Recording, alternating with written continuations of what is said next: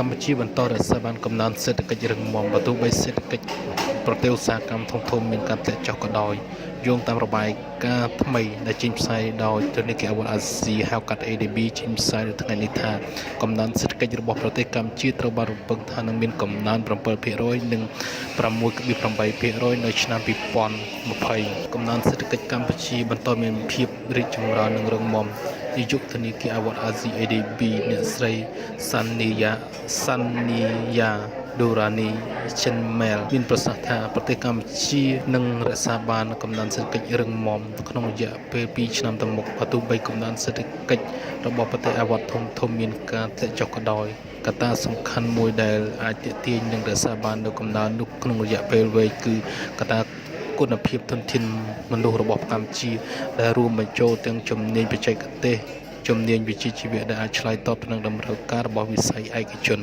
Production slowed down comparing to the year before, and the deficit therefore is seen to narrow to an equivalent of about 12.7% of GDP this year, and narrowing further to about 11.8% next year. Foreign direct investment. If we look at the slide, look at the chart, we see that foreign direct investment, flow was strong and has been strong actually, not just last year.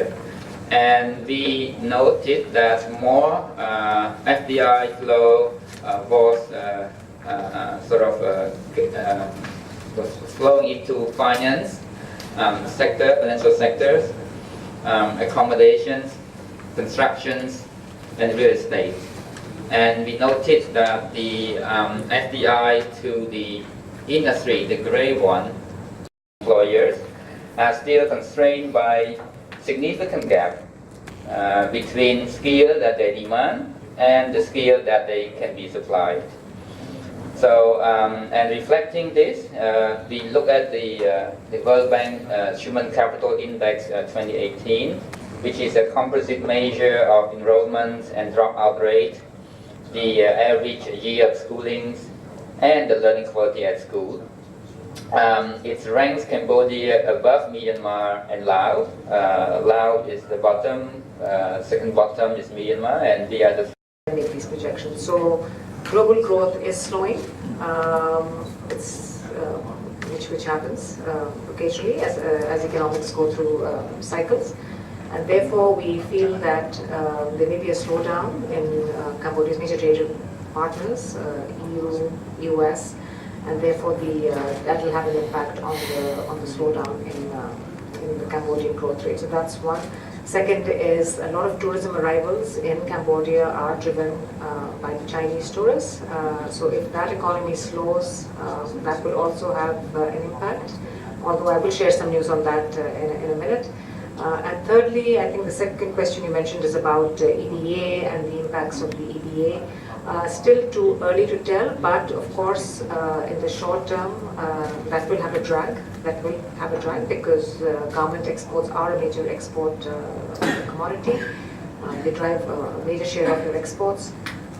But I think at the moment, let's wait for the EBA. I mean, there is still 18 months to go. So I don't think we can forecast what the outcome of that process will be. I think the other point you made is on the political, the announcements that were made, the reforms that were announced last Friday.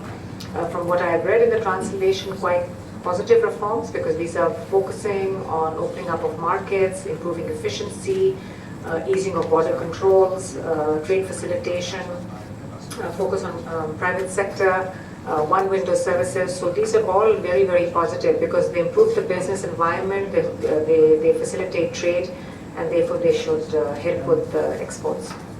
So I think that's and with investment. So I think that's a good thing. On the specific political changes, as you know, ADB never comments on these because we take conditions as our operating context, but we support the government invest in infrastructure development. A large part of our support to the government is for infrastructure.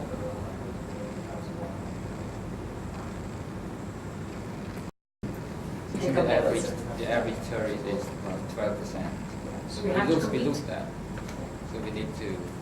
You need to become more efficient and more competitive so the costs go down and productivity increases. The whole world is open for exports. And nothing is closing to Cambodia. So nothing's really coming. It's just preferential access. That's